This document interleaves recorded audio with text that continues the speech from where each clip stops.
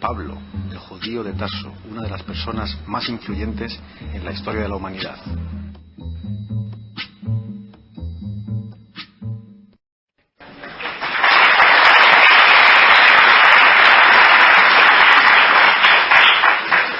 Buenas tardes. Yo tengo que confesar que me desazona eso de que antes de decir nada empiecen ustedes a aplaudir, porque no estoy muy seguro de que sea muy prudente antes de escucharme el ya tomar partido de esa manera, y tampoco estoy muy seguro de que finalmente sea tan interesante o les parezca tan interesante lo que voy a contar.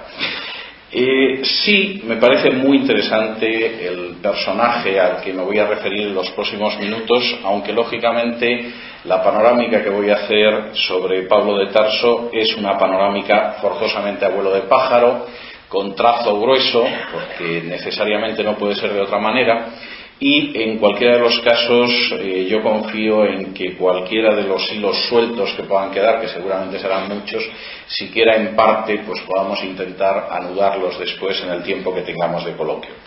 La verdad es que Pablo de Tarso es un personaje absolutamente excepcional, que, como señalaba muy bien Luis hace un rato, esta semana es noticia por el hecho del descubrimiento de lo que podría ser su sepulcro, pero que prácticamente es noticia desde el mismo momento en que empezó su trabajo como predicador del Evangelio. Para que ustedes hagan una idea, Pablo recorrió a lo largo de su vida del orden de unos 13.600 kilómetros, que posiblemente en términos reales, y teniendo en cuenta que ni siquiera las vías romanas eran caminos rectos, estarían más cerca de los 15.000 kilómetros que de los 13.600 kilómetros.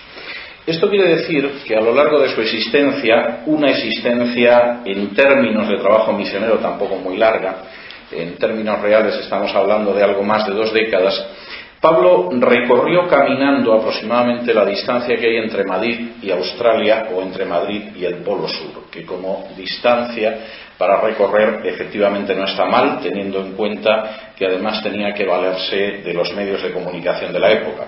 Pablo es un personaje también muy importante desde la perspectiva del Nuevo Testamento, porque de los 27 escritos que componen el Nuevo Testamento, al menos 13 fueron escritos por él, lo cual quiere decir que aunque no sea exactamente la mitad de la extensión del Nuevo Testamento, sí que prácticamente la mitad de los escritos que componen ese Nuevo Testamento salieron de la pluma de Pablo. Y Pablo es un personaje extraordinariamente importante porque de hecho ha influido enormemente en el pensamiento, en la cultura y en la reflexión de Occidente, incluso aunque en muchas ocasiones no seamos conscientes de ello. Seguramente muchos pensarán que la frase "el que no quiere trabajar que no coma" se debe a Lenin. En realidad se debe a Pablo, y aparece en su segunda carta a los tesalonicenses, cuando señala que había un grupo de personas tan entusiasmadas por la idea de que Jesús estaba a punto de regresar que habían decidido vivir a costa del prójimo, porque a fin de cuentas Jesús no podía ya tardar mucho.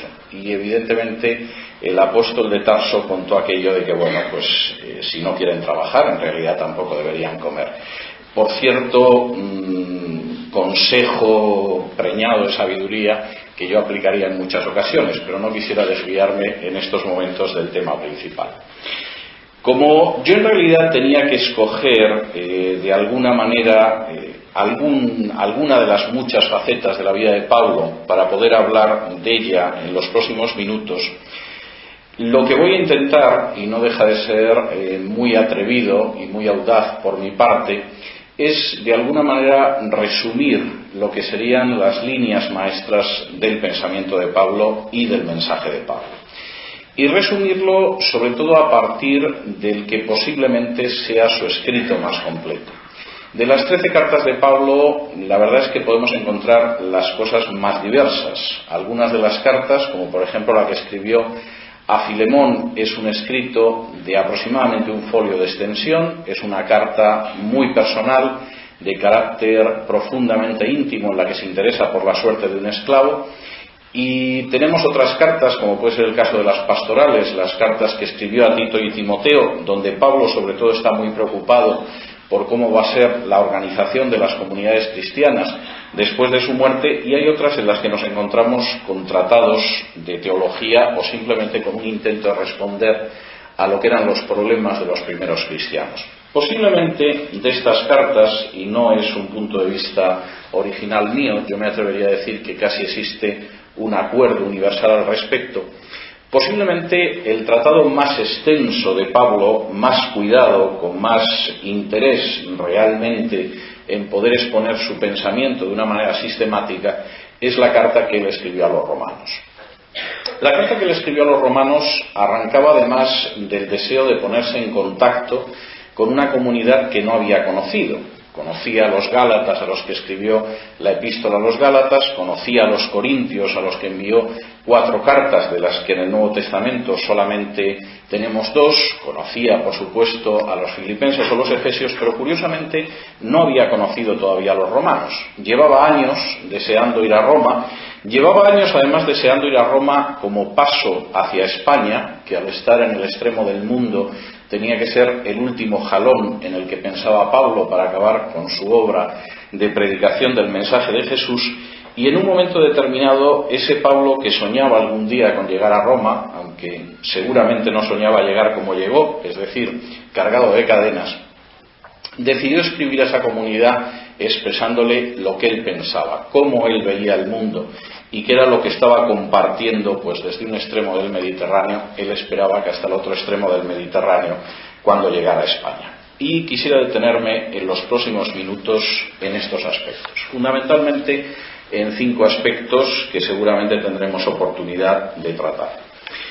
El primero de los aspectos que a Pablo le interesa enormemente, yo diría que demuestra hasta qué punto Pablo podía ser un personaje impertinente, molesto y desagradable. Y voy a intentar explicar por qué digo esto. Generalmente nosotros vivimos en un mundo en el cual de manera continua se nos está hablando acerca de nuestras inmensas potencialidades y de la enorme capacidad que tenemos prácticamente para resolver cualquier tipo de problema, y eso va desde las operaciones de aumento de pecho a se supone que la manera de suprimir la depresión o de dejar de fumar. En cierta manera se diría que casi somos pequeños dioses que, en fin, si nos dejamos guiar adecuadamente podemos conseguir cualquier cosa. Curiosamente, la visión que Pablo tiene del ser humano, y que no es original, es exactamente la misma que encontramos en Jesús, es una visión absolutamente impertinente, pero seguramente mucho más realista. Jesús, por ejemplo, cuando habla de los seres humanos, utiliza imágenes como las siguientes. Somos como una oveja que se ha perdido, pero que en realidad, como suele pasar con las ovejas, como alguien no venga a buscarnos, nos quedamos perdidos. Somos como una moneda que cayó en un rincón de la casa y como alguien no se ponga a buscar la moneda no va a salir de donde se encuentra y a volver al bolsillo de su dueña.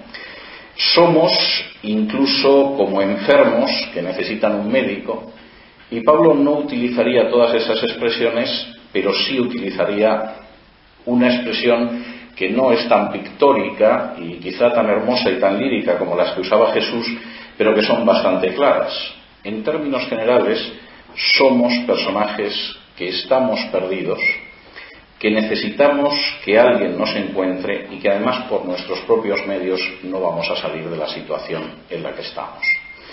En este sentido, las palabras de Pablo, sobre todo en los primeros capítulos de Romanos, son verdaderamente un golpe, yo diría, que muy contundente para el orgullo de cualquiera.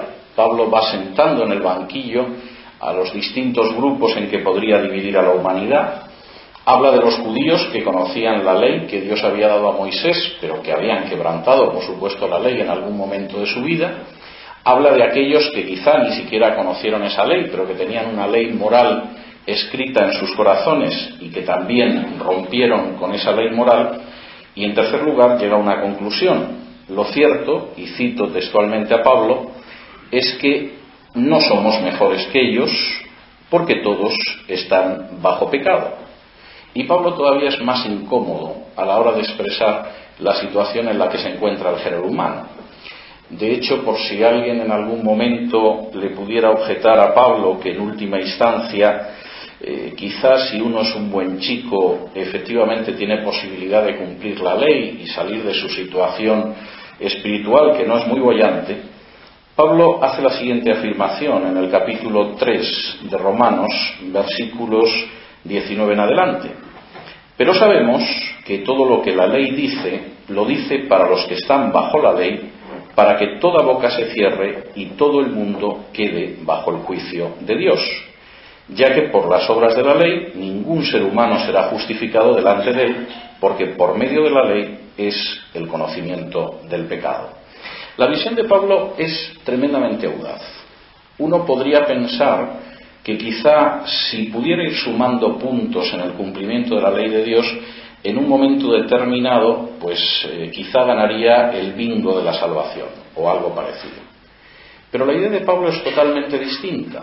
La ley en realidad lo que nos muestra es hasta qué punto hemos infringido los mandamientos de Dios. Cuando uno se encuentra con la ley de Dios delante de uno mismo, en realidad uno se da cuenta de que quizá la cumple en un 90, en un 80 o en un 50, pero en cualquier caso jamás en un 100%.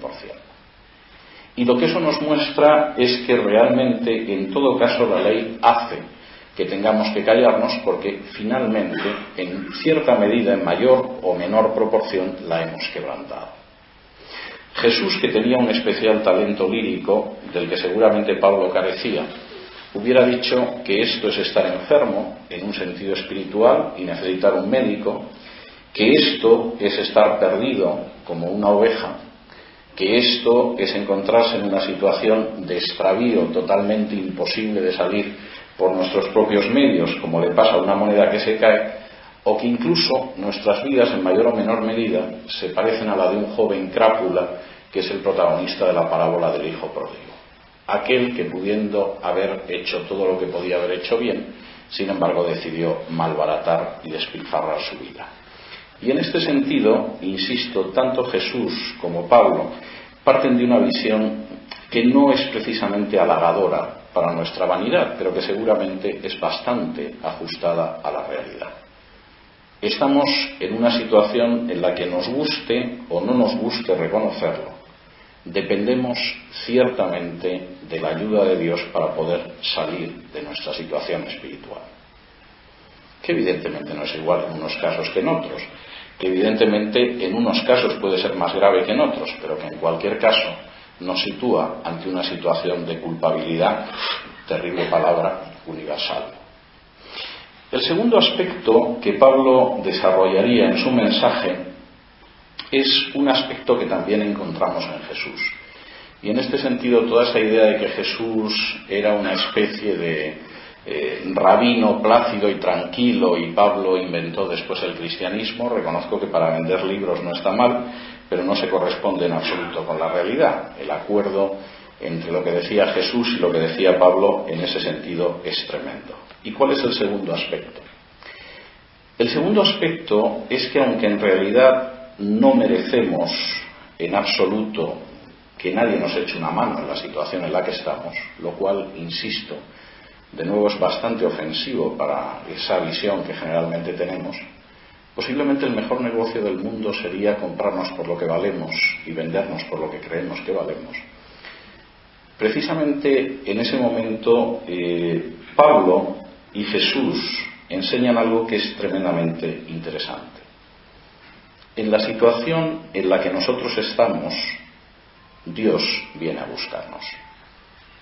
Cuando somos enfermos espirituales, es Jesús el médico para nuestra enfermedad.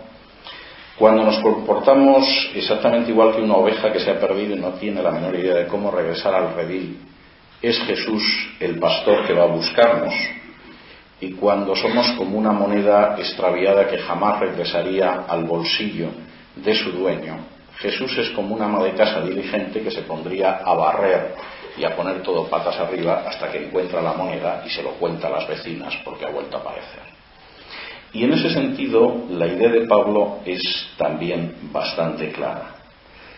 Precisamente cuando nosotros estábamos perdidos, sin embargo, Dios vino a buscarnos en Jesús. Fíjense lo que dice Pablo, de nuevo en la carta a los Romanos, de nuevo en el capítulo 3 y unos versículos más abajo. Dice así: pero ahora, aparte de la ley, se ha manifestado la justicia de Dios testificada por la ley y los profetas. La justicia de Dios por medio de la fe en Jesús, el Mesías, para todos los que creen en Él, porque no hay diferencia, por cuanto todos pecaron y están destituidos de la gloria de Dios, siendo justificados gratuitamente por su gracia, mediante la redención que es en Jesús el Mesías, a quien Dios puso como propiciación por medio de la fe en su sangre, para mostrar su justicia a causa de haber pasado por alto en su paciencia los pecados cometidos anteriormente. Y de nuevo, la idea es bastante clara. En la situación en la que nos encontramos, y Jesús volvería a repetir esto utilizando imágenes, que es una forma muy típica de la enseñanza de Jesús, pero que sustancialmente es la de Pablo, lo único que podemos hacer es responder o no responder a ese llamamiento que Dios hace. El enfermo puede rechazar la labor del médico. Imagino que una oveja que lleva perdida y balando en el monte es más difícil que se enfrente con el pastor, pero imagínense que la oveja enloquece y se dedica a darle coces al pastor cuando va a recogerle. Y por supuesto, el hijo extraviado de la parábola podía haber decidido seguir extraviado toda su vida. Pero no es menos cierto que la única forma de salida de esa situación es efectivamente aceptar la mano que Dios tiende en Jesús. Eso es algo que aparece muy claramente en los Evangelios, es algo que aparece muy claramente en Pablo. Aquella persona que efectivamente es consciente de su situación espiritual y que efectivamente quiere salir de esa situación puede tenderse de la mano que en ese momento le está tendiendo Dios en Jesús. Y por cierto, que Pablo utiliza una serie de imágenes en sus cartas, no solo en Romanos, para hablar de esto que son verdaderamente curiosas. Por ejemplo, Pablo utiliza imágenes que serían el equivalente a la liberación de un recluso en un campo de concentración, hoy en día. Utiliza imágenes en las que se habla de una liberación similar a la que experimentaría un esclavo al que pusieran en libertad mediante el pago del precio que tenía en el mercado de esclavos. Utiliza imágenes como son, por ejemplo, la del náufrago que en un momento determinado querría salvarse de las consecuencias del naufragio, pero que obviamente en medio de alta mar no lo puede hacer. Y todas esas imágenes las liga, las vincula, las une con el hecho de Jesús. Efectivamente, para todas aquellas personas que quieran acercarse a Jesús está el camino abierto. Y para todas ellas existe una manera de remontar la situación en la que se encuentra. Y en ese sentido, Pablo está prácticamente expresando su situación personal. El tercer aspecto, que me parece tremendamente interesante en este sentido, en cuanto al pensamiento de Pablo, es qué sucede a partir de ese momento.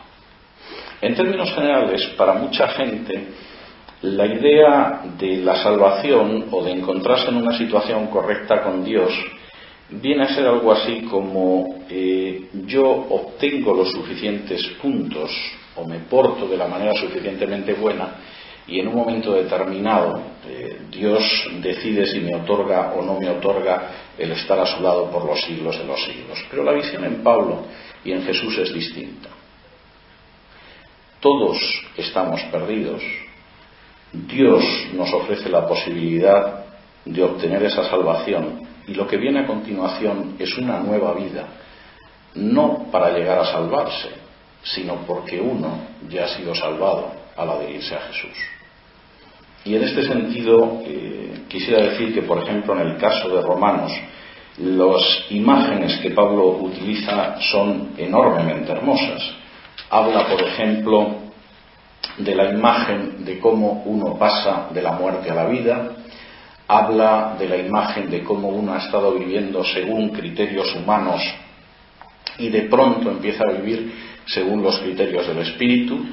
Habla, por ejemplo, de cómo uno experimenta un proceso de cambio espiritual similar al que en lo físico experimenta un gusano hasta que de pronto se convierte en un insecto de brillantes colores que echa a volar, etcétera, etcétera. Y en ese sentido, las imágenes de Pablo son verdaderamente, yo diría que apasionantes. A la altura de cualquier persona que decida unir su destino al de Jesús, está la posibilidad de que su vida cambie. Y además de que su vida cambie en términos absolutamente positivos, en unos términos que hubieran sido totalmente inconcebibles antes de que tomara esa decisión precisamente por Jesús.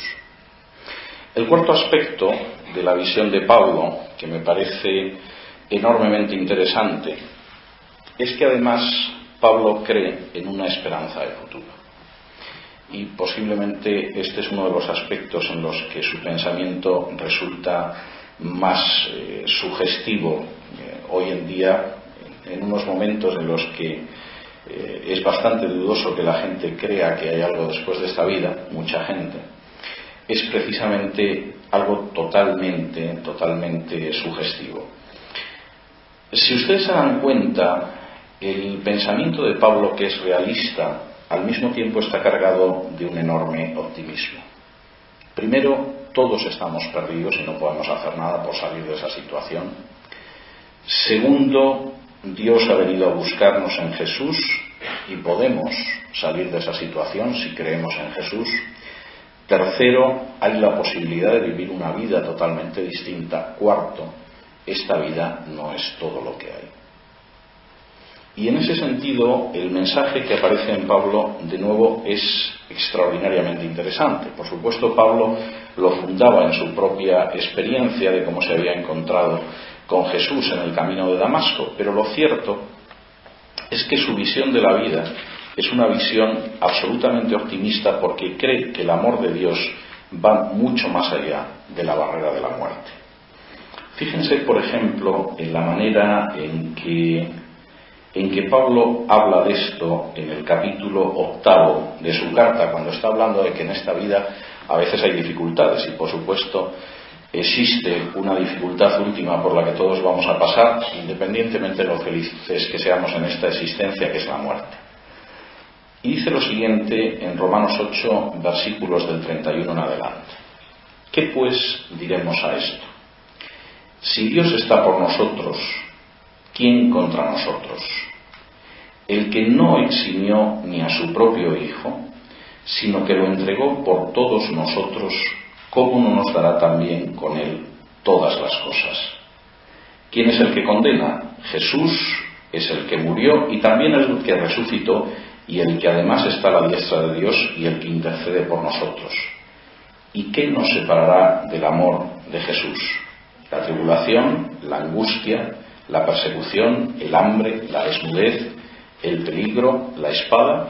Y Pablo se contesta y dice: en todas estas cosas somos más que vencedores por medio de aquel que nos amó. Porque estoy persuadido de que ni la muerte, ni la vida, ni ángeles, ni principados, ni potestades, ni lo presente, ni lo porvenir, ni lo alto, ni lo profundo, ni ninguna otra cosa creada nos podrá separar del amor de Dios que está en Jesús, el Mesías, nuestro Señor. Y en ese sentido, el cuarto aspecto de la enseñanza de Pablo me parece enormemente interesante. No solamente está hablando de que todos y cada uno de nosotros podemos un día salir de la situación en la que estamos y encontrarnos con Jesús. No solamente está hablando de que todos y cada uno de nosotros podemos cambiar nuestra vida cuando nos encontremos personalmente con Jesús. No solo está hablando de que efectivamente esa existencia va a ser diferente. Además habla de que ni siquiera la muerte podrá separarnos del amor que Dios nos tiene. Y en este sentido, el mensaje de Pablo me parece tremendamente hermoso. No creo que nadie considere que la muerte es una experiencia agradable. En mayor o menor medida, imagino que todos los que estamos aquí sabemos el golpe que significa la pérdida de un ser querido. Y la idea de Pablo es que efectivamente esa es una realidad innegable. Por supuesto que existe la muerte, por supuesto que existen las desgarraduras de la muerte, pero ni siquiera la muerte logrará separarnos del amor de Dios. Y creo que este sería el cuarto aspecto más interesante de Pablo. Hay un último aspecto, y voy a dedicar los últimos minutos antes de cederles la palabra. Hay un último aspecto que me parece además enormemente interesante en el caso de Pablo, y que es el de su personalidad. La figura de Pablo, en contra de lo que se suele señalar en muchas ocasiones, a Pablo se le ha acusado de muchas cosas, de misógino, de manera injusta, cuando por ejemplo simplemente al final de la carta a los romanos Pablo menciona a sus colaboradores y prácticamente el 50% eran mujeres, sin ley de paridad ni cosa parecida. Se le ha acusado de personaje no solamente misógino, sino en muchos casos fanático, cuando en realidad lo que uno encuentra es un personaje enormemente comprensivo con las debilidades de los demás. Y en cualquiera de los casos, Pablo no solamente es que no es un personaje que encaja en todos esos términos, sino que es un personaje de una personalidad extraordinariamente poderosa y sugestiva. Por ejemplo, es un personaje enormemente inteligente que cuando se plantea cómo extender el mensaje de Jesús en el Mediterráneo lleva a cabo una estrategia que posiblemente hoy en día le hubiera hecho acreedor a convertirse en un gran ejecutivo de una multinacional. Y cuando uno va viendo la manera en que él va avanzando desde un extremo del Mediterráneo hacia el otro, hasta donde está España, va viendo que escoge las ciudades de una manera estratégica, que forma equipos de una manera muy adecuada y que sabe perfectamente cómo transmite el mensaje. Era un personaje extraordinariamente tenaz. La forma en que él mismo en ocasiones describe su vida, tantas veces detenido, tantas veces náufrago en alta mar, tantas veces golpeado, tantas veces azotado, tantas veces compareciendo ante jueces, es la de una persona que en absoluto, se dejaba desanimar por los contratiempos. Era una persona extraordinariamente tierna. Hay episodios de su vida en los que es incapaz de poder esperar en una ciudad y sale a las afueras de la ciudad y camina durante kilómetros para ver si llega un mensajero que le cuente cuál es el estado de salud de alguno de sus colaboradores, porque realmente le preocupa si efectivamente han podido sobrevivir. Era una persona extraordinariamente preocupada por el bienestar de los demás, y cuando habla de lo que son las preocupaciones cotidianas, uno descubre al hombre al que no le preocupaba su situación económica, que podía vivir con una extraordinaria austeridad, pero que sí sentía una enorme carga por la gente a la que quería y a la que le había hablado de Jesús. Y era una persona de un extraordinario poder argumentativo. Cualquiera que tenga el privilegio de poder leer, por ejemplo, a Pablo en griego, se da cuenta de que la capacidad que él tiene para cincelar el idioma, para poder utilizar las palabras, para crear términos, para expresar sus ideas, es verdaderamente excepcional. Y sin embargo, lo que más le preocupa a Pablo al final de su vida no es nada de eso. Lo que guía verdaderamente a Pablo en el último momento de su vida es precisamente el hecho de que sabe que ha cumplido con su misión. En la segunda carta a Timoteo, que es el último escrito que conservamos de Pablo, que Pablo escribe en prisión poco antes de que lo vayan a decapitar, cuando realmente sabe que se ha quedado solo y que le quedan pocos días por delante, dice lo siguiente escribiendo precisamente a Timoteo: yo ya estoy siendo derramado y el tiempo de mi partida es inminente. He peleado la buena batalla, he acabado la carrera, he guardado la fe. Por lo demás, me está guardada la corona de justicia, la cual me dará el Señor, el juez justo en aquel día, y no solo a mí, sino también a todos los que aman su venida. Y en este sentido, posiblemente, aparte de lo que yo comentaba antes del mensaje de Pablo, lo que suele y sigue siendo enormemente estimulante en nuestra época es ver cómo una persona se mueve a impulsos de ese ideal cómo efectivamente en su caso la figura de Jesús conformó totalmente su vida y la cambió de una manera radical, y cómo al final de su vida, ante lo que hubiera juzgado muchísimas personas un fracaso, porque realmente lo que le estaba esperando era la espada del verdugo, sin embargo él sabía que había peleado la buena batalla, que había acabado la carrera y que le esperaba la corona que le daría el Señor juez justo. Muchas gracias.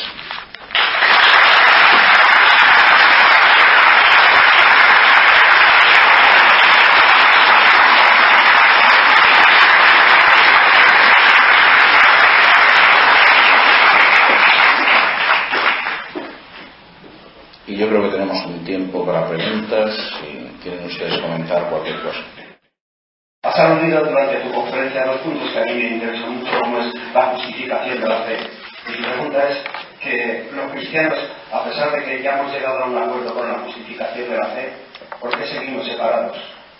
En cuanto al tema de la justificación por la fe, bueno, yo creo que en el caso de Pablo la idea de la justificación por la fe es muy clara, ¿no? Es decir, primero, vamos a ver, la respuesta tendría dos caras. Primero, no creo que la causa de la separación entre las distintas confesiones cristianas se circunscriba únicamente al tema de la justificación por la fe. Posiblemente, si esa fuera la única cuestión, a estas alturas habría poca discusión en términos generales, ¿no? Eso en cuanto a ese tema. Segundo, en el caso de Pablo, el tema de la justificación por la fe es muy claro, porque Pablo tiene muy claro, como es el caso de la misma predicación de Jesús, que la salvación no es algo que ganamos, sino que la salvación es algo que Dios nos regala y que nosotros aceptamos o no. Lo cual no excluye en absoluto lo que sería la obediencia o las obras, pero no como un medio de obtener la salvación, sino como una muestra de gratitud, precisamente porque hemos obtenido esa salvación. Por ejemplo, en la carta a los Efesios, capítulo 2, yo creo que Pablo expresa magníficamente este punto de vista. En Efesios capítulo 2 y versículos del 8 en adelante dice: porque por gracia habéis sido salvados por medio de la fe, y esto no proviene de vosotros, pues es don de Dios, no a base de obras, para que nadie se gloríe. La idea de Pablo sería muy clara, es decir, uno acepta esa salvación que Cristo ha ganado para nosotros o no la acepta, pero si la acepta es salvado. Pero continúa, dice, porque somos hechura suya, creados en Cristo Jesús para buenas obras, las cuales Dios preparó de antemano para que anduviésemos en ellas.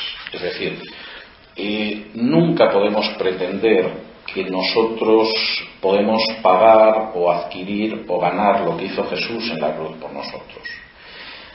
Pero sí es obvio que podemos intentar, en la medida de nuestras posibilidades, mostrar gratitud hacia la salvación que Dios nos regala mediante la obediencia. Yo creo que esto es algo muy claro en Pablo, es algo que está también muy claro en los Evangelios. En términos generales, esa es una cuestión en la que el acercamiento entre distintas confesiones cristianas ha sido muy grande, posiblemente más en las últimas décadas que en los siglos anteriores, y yo creo que fundamentalmente como labor del estudio de la Biblia, pero obviamente no es el único punto de fricción entre distintas confesiones. Buenas tardes. Si fuera posible que nos hablaras un poco de San Pablo o el Concilio de Jerusalén, siendo judío, ¿qué influencia pudo tener ahí admitiendo a toda la gente?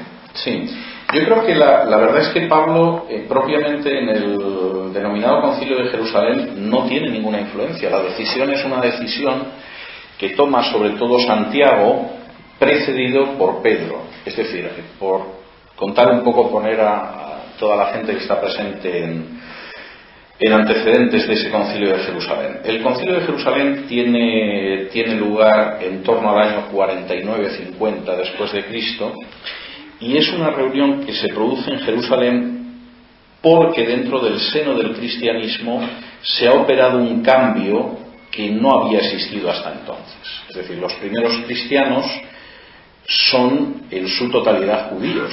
Son judíos que han reconocido en Jesús al Mesías, que creen que efectivamente Jesús es el Mesías y el Hijo de Dios porque en él se han cumplido las profecías, Por ejemplo, todas las profecías que hablaban del sufrimiento del Mesías, de cómo tendría que alzarse de entre los muertos, etcétera, etcétera. Y durante un periodo de al menos una década, con muy pocas excepciones, la gente que va aceptando esa fe en Jesús son judíos, es lógico. Es decir, lo que consideran es que efectivamente Jesús ha cumplido esas profecías del Mesías. Esa situación empieza a experimentar un cambio en el momento en que primero en la comunidad cristiana que hay en Antioquía empiezan a hablar de Jesús a gente que no es judía, que vienen de un trasfondo pagano y a los que, claro, ya no les dicen Jesús es el Mesías que prometieron los profetas, porque seguramente lo de los profetas les suena raro, pero a los que empiezan a hablarles de la salvación en Jesús. Y lo hacen con tanto entusiasmo que en Antioquía, cuando oyen que hablan del Mesías, y la palabra que utilizan en griego, lógicamente, para Mesías es Christos, los acaban llamando cristianos porque son los que están dando la paliza continuamente hablando de Cristo. Y de hecho dan nombre a un movimiento que hasta ese momento no sabemos que tuviera un nombre específico. La entrada de gente que viene del paganismo y que no es judía, en un momento determinado, lejos de ser excepcional, empieza a ser muy importante, sobre todo a partir del primer viaje, sobre todo el segundo viaje misionero de Pablo en la zona de Galacia. Y el problema que se plantea es qué hace en esos momentos el cristianismo, que todavía es una fe muy joven y muy incipiente. Los no judíos que están aceptando que la salvación está en Jesús deben de convertirse en judíos, formar parte de ese pueblo histórico de Israel y así recibir la salvación en Jesús, y por lo tanto tienen que cumplir también la Torá de Moisés, etcétera, etcétera, o por el contrario, eso no es necesario. Y esa situación de enorme tensión acaba desembocando en el Concilio de Jerusalén. El Concilio de Jerusalén, en buena medida, lo plantea Pablo y lo plantea Bernabé porque a ellos les interesa mucho qué está pasando con esos no judíos que vienen precisamente del paganismo y que se han convertido en cristianos, pero quien acaba decidiendo, quien acaba sobre todo defendiendo la posición esa, es Pedro, y Santiago en un momento determinado dicta lo que sería una resolución rabínica que implica el hecho de que esa gente puede creer en Jesús y al mismo tiempo no tiene por qué cumplir la ley de Moisés, como hasta entonces habían hecho los judíos. Y es muy interesante la forma en que Lucas relata esto en el libro de los Hechos, porque efectivamente la descripción que hace Pedro, yo diría que es muy paulina o simplemente es muy cristiana. De hecho, él había predicado al primer converso pagano al cristianismo. Y entonces es curioso que después de que se ha discutido esto, dice el texto así, dice: después de mucha discusión, Pedro se levantó y les dijo: hermanos, vosotros estáis perfectamente enterados de que ya hace algún tiempo Dios me escogió de entre nosotros para que los no judíos escuchasen por mi boca la palabra del Evangelio y creyesen. Y Dios, que conoce los corazones, les dio testimonio, dándoles el Espíritu Santo, lo mismo que a nosotros, y ninguna diferencia hizo entre nosotros y ellos, purificando por la fe sus corazones. Ahora pues, ¿por qué tentáis a Dios imponiendo sobre la cerviz de los discípulos un yugo que ni nuestros padres ni nosotros hemos podido llevar? Más bien, creemos que por la gracia del Señor Jesús somos salvos de igual modo que ellos. Y en ese sentido el papel de Pedro es esencial, aunque luego al final la decisión la acabe tomando Santiago. En fin, sería muy largo explicar toda la decisión de Santiago, pero además es una decisión que se toma aplicando todo un sistema de interpretación rabínica. Es muy interesante. Yo le dediqué un capítulo en mi tesis doctoral además al tema, ¿no? Pero creo que el papel de Pablo ahí fundamentalmente es más el papel de plantear el problema que realmente el de adoptar la decisión.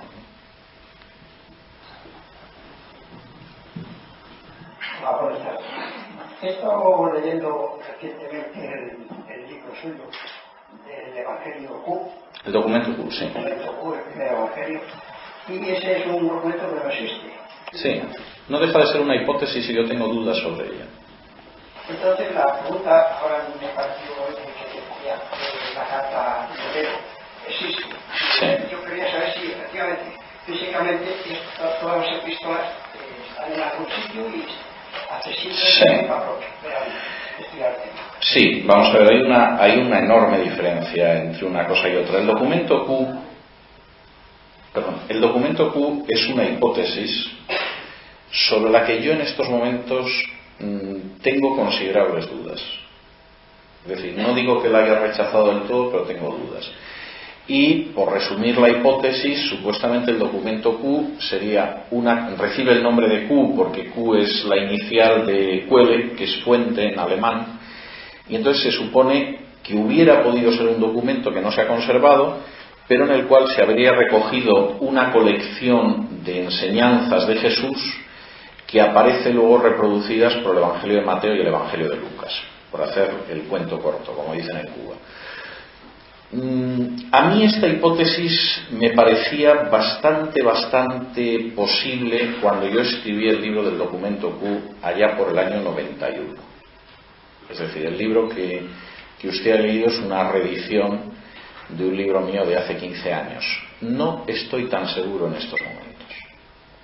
Es decir, en estos momentos tiendo a creer que aunque yo en el documento Q fechaba los evangelios en una fecha muy temprana, posiblemente son todavía más tempranos de lo que yo pensaba hace 15 años, y posiblemente no fue necesaria la existencia del documento Q, pero no soy dogmático con esto, no pretendo, en fin, tampoco ser muy tajante al respecto.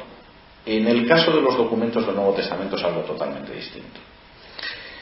Y quisiera poner algunos ejemplos para que entienda lo que quiero decir. La República de Platón es un texto del siglo IV a.C. La primera copia que tenemos de la República de Platón es aproximadamente del siglo VIII después de Cristo. Es decir, entre lo que escribió Platón y el primer texto que tenemos de la República ha pasado más de un milenio. La Guerra de las Galias, de Julio César, es un texto del siglo I a.C., pero si yo no recuerdo mal, el manuscrito más antiguo que tenemos de él es al menos del siglo IX.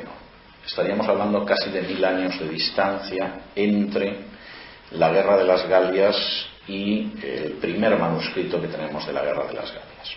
Y además uno tenemos, y luego tenemos alguno más de siglos posteriores. En el caso del Nuevo Testamento, solamente de los Evangelios tenemos de manera total o parcial, y en torno a los 3 primeros siglos aproximadamente, unos 1500 documentos, lo cual es una diferencia absolutamente desproporcionada, pero además con una cercanía muy grande en el tiempo. Por ejemplo, el papiro Tide, que todavía no se había descubierto cuando yo escribí el documento Q, y que confieso que me está obligando a repensar lo que yo pensaba entonces. El papiro Tide, que es el texto más antiguo que tenemos de Mateo, forzosamente tuvo que escribirse entre el 40 y el 50 después de Cristo. Es decir, que el Evangelio de Mateo forzosamente tuvo que escribirse entre el 40 y el 50 o antes.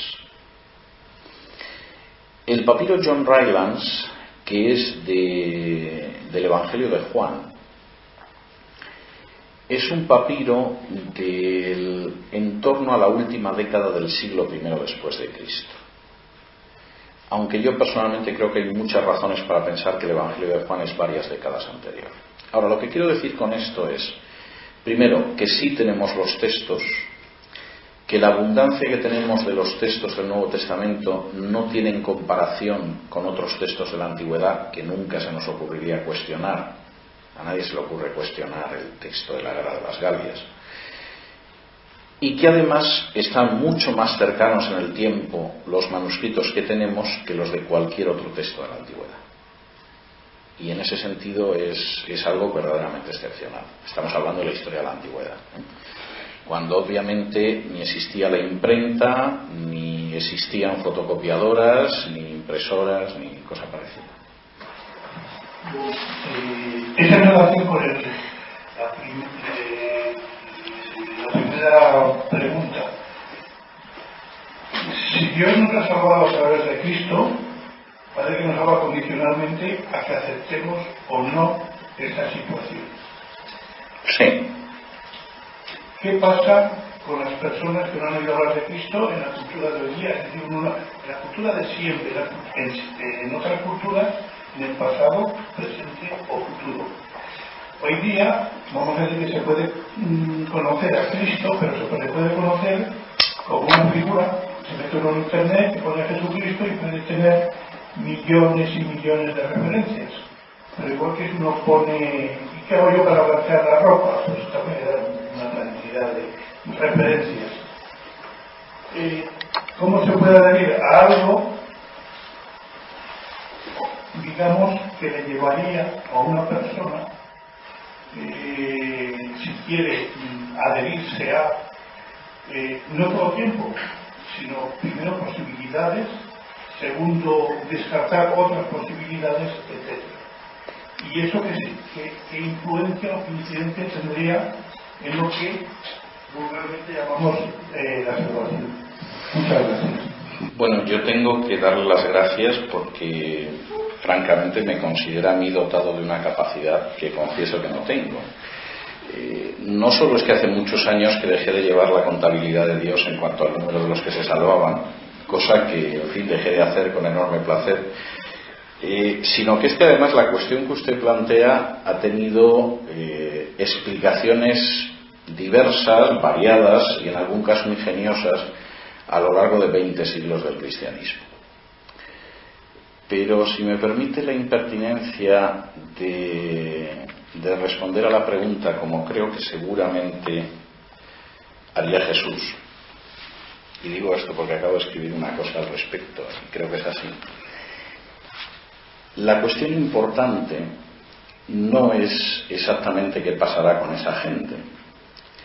La cuestión importante es exactamente qué va a pasar con usted. Y es curioso y comento esto porque acabo de terminar un libro en el que y es sobre Jesús y Judas. Y he encontrado de manera insistente en los evangelios, lo había leído muchas veces, pero precisamente por la dinámica del libro lo he encontrado, como cuando Jesús se encuentra con preguntas de este tipo, sistemáticamente las elude. Y el foco que su interlocutor ha enfocado en cierta dirección, él de manera bastante antipática lo vuelve a colocar sobre los ojos del interlocutor. De modo que me va a permitir que, aunque solo sea en esto imitando a Jesús, yo haga lo mismo. La cuestión de fondo no es qué puede pasar con los esquimales que nunca conocieron el Evangelio y de los que habitualmente no nos ocupamos, ni tampoco qué sucede con aquel que si buscara a Jesús en Internet encuentra como 500.000 de referencias que es posible que a lo largo de su vida tampoco pueda llegar a leer. Esa es una cuestión que en realidad a nosotros nos afecta muy poco. Lo realmente esencial es qué hemos hecho cada uno de nosotros frente a ese llamado, usted y yo. Y sobre lo otro podría darle ahora una exposición de más o menos media docena de posiciones teológicas, pero creo que realmente no tiene especial interés. Hola, buenas tardes. Yo, por supuesto, visto que es a través de Jesús, a través de que llegamos a Cristo. Sin embargo, la doctrina de la justificación me produce un impulso un poco de rebeldía.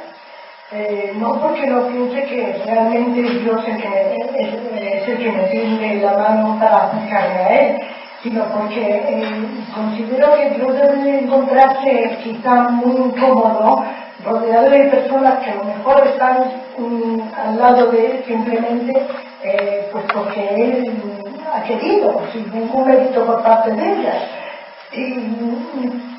Esto me resulta pues muy incómodo. Yo no sé si será pura soberbia por mi parte, pero no termino de aceptarlo. Sí acepto, por supuesto, que es a través de ella, a través de que me salvo, o de que me puedo salvar, pero sí considero que él me da una cierta libertad. El hecho de que haya puesto unos mandamientos quiere decir que me da una responsabilidad para poder seguirle o no seguirle, porque en todo caso sería un poco como estar un poco condenado a salvarse, y eso me produce bastante desazón. Bueno, quiero decirle que su sensación de incomodidad seguramente la han compartido millones de personas a lo largo de la historia, de modo que en ese sentido puede sentirse tranquila. Vamos a ver, la cuestión es que efectivamente la salvación es algo que depende de un regalo de Dios. Si le hubiéramos preguntado a Pablo qué pensaba al respecto, en el capítulo 5 de Romanos dice lo siguiente, Pablo está hablando, empieza hablando de justificados por la fe y que eso produce paz y alegría, bien, etc. Y en un momento determinado parece que Pablo se está enfrentando con un interlocutor imaginario que le dice: oye Pablo, ¿no estarás realmente complicándote la existencia con una serie de cosas? ¿No estarás imaginándote cosas que no son? ¿Qué te hace pensar que lo que dices no es meramente un delirio de tu imaginación? Y la respuesta que da Pablo a partir del versículo 5 de ese capítulo 5 de Romanos, donde empieza diciendo justificados por la fe tenemos paz con Dios, es la siguiente. Dice: y la esperanza no avergüenza, porque el amor de Dios ha sido derramado en nuestros corazones por medio del Espíritu Santo que nos fue dado. Porque Cristo, cuando aún éramos débiles, a su tiempo murió por los impíos. Pues apenas morirá alguien por un justo. Con todo, pudiera ser que alguno se atreviera a morir por un hombre de bien. Pero Dios muestra su amor para con nosotros en que, siendo aún pecadores, Cristo murió por nosotros. Así que mucho más, habiendo sido ya justificados en su sangre, seremos salvos de la ira por medio de él.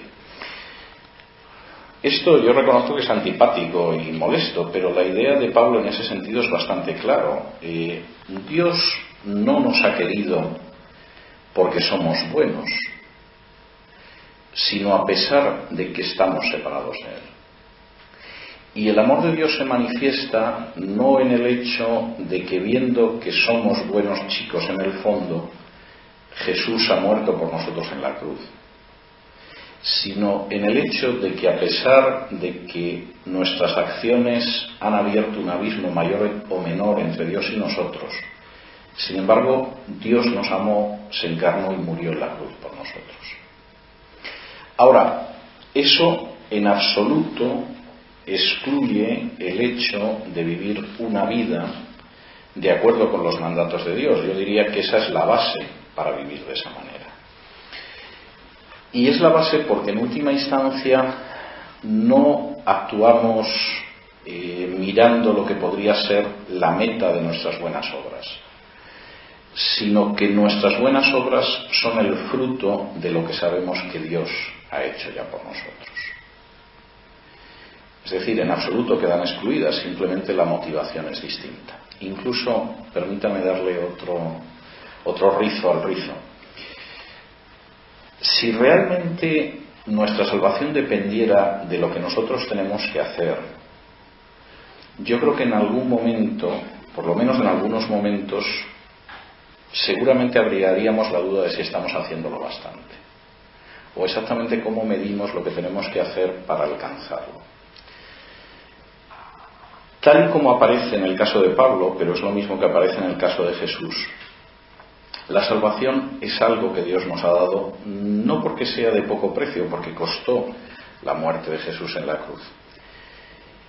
Pero precisamente al aceptarlo, eso es lo que hace que finalmente nosotros actuemos de otra manera y que nuestra vida cambie. El hecho de que somos conscientes de hasta qué punto Dios nos amó y el hecho de que somos conscientes de hasta qué punto no merecíamos que nos amara. Por lo menos no hasta ese extremo. Y creo que el argumento de Pablo en su sencillez es tremendo. Es decir, plantéese usted por quién estaría dispuesto a morir. Quizá por algún familiar, quizá por un ser muy querido, aunque si pudiera uno cambiar la muerte por donar un riñón, seguramente donaría antes un riñón. Quizá por una causa muy concreta, pero desde luego no por un enemigo, no por el género humano en términos generales, no por alguien que nos ha ofendido o nos ha humillado. El amor de Dios es extraordinariamente grande porque murió también por aquellos que desde luego no le amaban, le desobedecían y le humillaban con sus acciones. En el quinto aspecto quisiera preguntarle, pues lógicamente es evidente la necesidad de Pablos de Tarso en nuestra sociedad actual, occidental y oriental. ¿Cómo tendría que ser, según usted, pues no sé, el perfil de la figura de ese Pablo de Tarso hoy, a nivel personal, familiar, profesional, religioso e incluso políticamente? Si lo dibuja, pues lo agradecería, y en esa misma línea, incluso, si se atreve, pues si hay personajes actuales que responden, aunque sea parcialmente, a esa figura o a ese perfil paulino. Bueno, vamos a ver, yo creo en el hombre y en la mujer corrientes. Cuando uno lee las cartas de Pablo y las entrecruza con los datos de los hechos y con otras fuentes históricas, y esto es algo que yo he intentado por lo menos en cierta medida que quedara de manifiesto en mi biografía de Pablo, lo que uno descubre por un lado es la excepcionalidad de Pablo, no cabe la menor duda, pero al mismo tiempo lo que descubre es que la obra de Pablo se sustenta en multitud de personajes, de los cuales algunos son muy excepcionales, como podría ser el caso de Lucas o de Timoteo, y otros son absolutamente anónimos pero enormemente eficaces. Por ejemplo, Pablo llega a Filipos. Filipos es una pequeña colonia romana. Pablo empieza a hablar del Evangelio. Como es una ciudad donde todavía no hay ni siquiera una sinagoga judía, los pocos judíos que hay, que parece que son sobre todo conversos y mujeres, se reúnen en un arroyo a la salida de Filipos. Y entonces Pablo empieza a hablar con una mujer que hay allí, y esta mujer cree en Jesús. E incluso se empeña en que él y sus colaboradores se queden en su casa el tiempo que esté allí. Y Pablo consigue que esta mujer crea en Jesús, consigue que alguna otra persona crea más en Jesús, e inmediatamente lo encierran en una mazmorra. Es verdad que antes de salir de la mazmorra el carcelero también cree en Jesús, pero lo cierto es que le encierran en una mazmorra y tiene que marcharse. A la vuelta de pocos años, Pablo escribe una de sus cartas a la gente de Filipos, la carta a los filipenses, y aquello es ya una pujante comunidad cristiana, por la que Pablo nunca regresó. ¿Qué fue lo que hizo que un pequeñito grupo, quizá que no llegaba a media docena de personas, que Pablo nunca pudo volver a visitar, fuera sin embargo un grupo pujante años después? La acción de hombres y de mujeres anónimos. Posiblemente uno de ellos era Lucas, e insisto, un personaje que escribe el Evangelio de Lucas y el libro de los Hechos. Además era médico, a mí me parece extraordinariamente sugestivo y es el objeto de, seguramente, de mi próxima novela. Pero con todo y con eso, la acción es la acción de personajes totalmente anónimos. Y de personajes totalmente anónimos que lo que han vivido es, primero, el impacto de Jesús en sus vidas; segundo, la transformación de esas vidas; y tercero, el vivir esas vidas de acuerdo a la enseñanza de Jesús.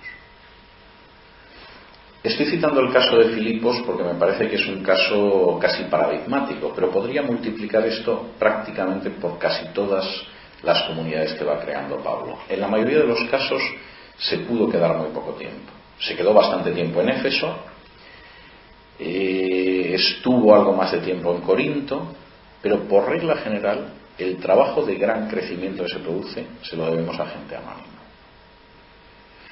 Y yo creo enormemente en la gente anónima. Creo enormemente en la gente anónima que paga sus impuestos, que cumple la ley, que respeta al prójimo, que educa a sus hijos en el temor de Dios, que trabaja laboriosamente y que de alguna manera reproduce esa forma de vida de las comunidades que fundó Pablo.